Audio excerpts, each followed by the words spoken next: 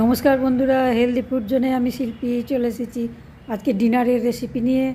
আমি আজকে করব ছানার পুরি, আর করব হচ্ছে আলুর তরকারি আর পায়েস।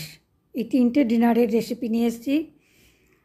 আপনারা পুরো ভিডিওটা দেখবেন। আপনাদের কাছে অনুরোধ রইল। ছানার পুরি করার জন্য আমি নিয়ে নিয়েছি আটা। প্রথমে আমি আটাটা মেখে নেব। আটাটা মেখে আমি একটু ঢেকে রেখে দেব। আটাটা ভালো করে অল্প অল্প করে জল মিশিয়ে মিশিয়ে আমি ভালো করে মেখে নিচ্ছি।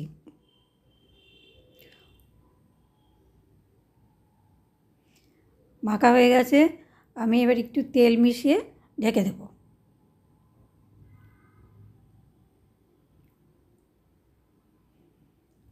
এদিকে আমি ছানার পুরটা রেডি করে নেব।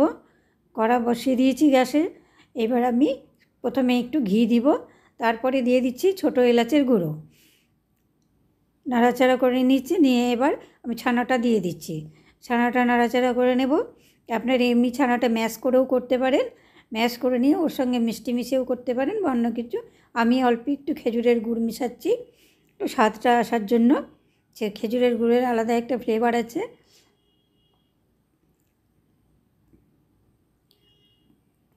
হয়ে গেছে, আমি এবার তুলে নিচ্ছি।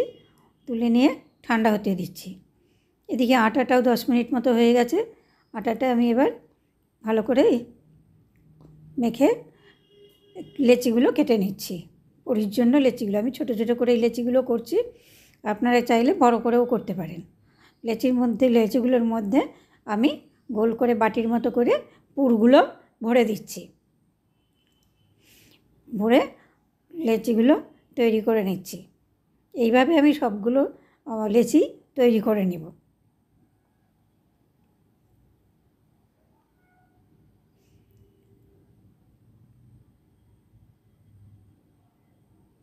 লেচিগুলো আমার তৈরি হয়ে গেছে। এবার আমি তেল দিয়ে বেলে নেব।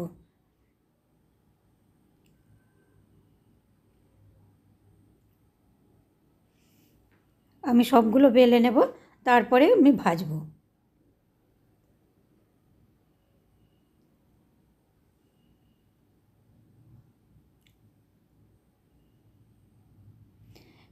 একটু নতুন ধরনের খাবার কার না ভালো লাগে বলুন।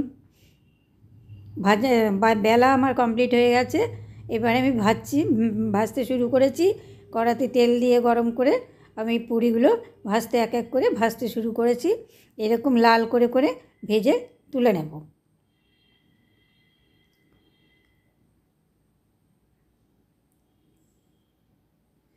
একটু লাল করে করলে ভাজলে বেশ ভালোই লাগে খেতে। আপনারা এইভাবে করবেন, বা আপনাদের যদি একটু নরম ইচ্ছে হয় একটু নরমভাবেই নামাবেন।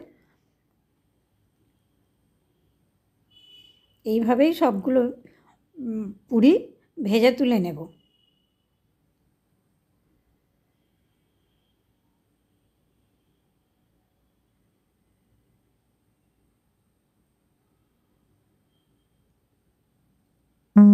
পুরিগুলো আমার ভাজা কমপ্লিট।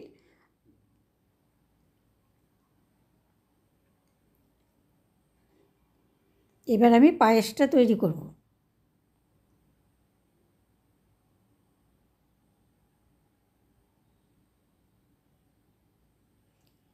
হাঁড়িতে দুধ বসিয়ে দিয়েছি। কেজি 2 দুধ নিয়েছি, আর নিয়েছি 100 থেকে 150 গ্রামের মতো চাল। গোবিন্দভোগ আতপ চাল নিয়েছি। গোবিন্দভোগ আতপ চালের পায়েস তো তুলনা হয় না। আমি ভালো করে আগে চালটা ধুয়ে নিয়ে ওটা চালটা ঘি দিয়ে মাখিয়ে নিয়েছি একটু। দুধের মধ্যে দিয়ে দিয়েছি তেজপাতা, আর দিয়ে দিয়েছি ছোটো এলাচ। দুধটা অনেকক্ষণ ফুটে গেছে। এবার চালগুলো দিয়ে দিচ্ছি। চালটা দিয়ে নাড়তে থাকবো, তার কারণ যেন চালটা গোটা বেঁধে না যায় আর তলে ধরেও না যায়। নাড়তেই থাকবো। দেখে নেব চালটা সিদ্ধ হয়েছে কি না। আমরা একটু মিষ্টিটা কম দিচ্ছি, তার কারণ হচ্ছে সুগারের রুগী খেতে গেলে মিষ্টি কম দিয়ে যদি শুধু দুধের পায়েস করা যায় তাহলে তারা খেতে পারবে। আর সামান্য একটু খেজুর কাটানোর জন্য একটু খেজুরের গুড় দিয়েছি। আপনারা আপনাদের স্বাদ মতো মিষ্টিটা দেবেন। আর যদি খেজুরের গুড় নিয়ে সাদা করতে চান তাহলে বাতাসা দিবেন, বেশি টেস্ট হবে। এবার আলুর তরকারিটা করে নেব। তার জন্য নিয়েছি আলু, গাজর, মটরশুঁটি, ধনেপাতা। আমি বাটার দিয়ে করব, বাটার দিয়ে দিয়েছি ফোড়নে, প্রেশার কুকারে করব। দিয়ে দিয়েছি শুকনো লঙ্কা, দিয়ে দিয়েছি কারি পাতা, দিয়েছি পাঁচফোড়ন, দিয়েছি একটু জিরে, দিয়েছি একটু হিং। এবার আমি সবজিগুলো ছেড়ে দিচ্ছি। সবজিগুলো নাড়াচাড়া করে নিয়েছি। দিয়ে দিচ্ছি হলুদ, দিয়ে দিচ্ছি স্বাদ মতো লবণ, দিয়ে নাড়াচাড়া করে নিচ্ছি। জিরে গুঁড়ো, ধনে গুঁড়ো, মৌরি গুঁড়ো, দেবো একটু শুকনো লঙ্কার গুঁড়ো।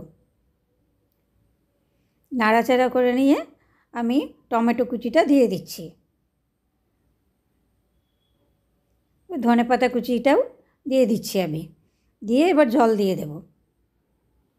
আমি বেশি ভাজবো না, তার কারণ হচ্ছে যে বেশি ভাজলে পুষ্টিটা নষ্ট হয়ে যায়। মটরশুঁটিটা মিশিয়ে এবার আমি প্রেসার কুকারের ঢাকনাটা ঢেকে দেব।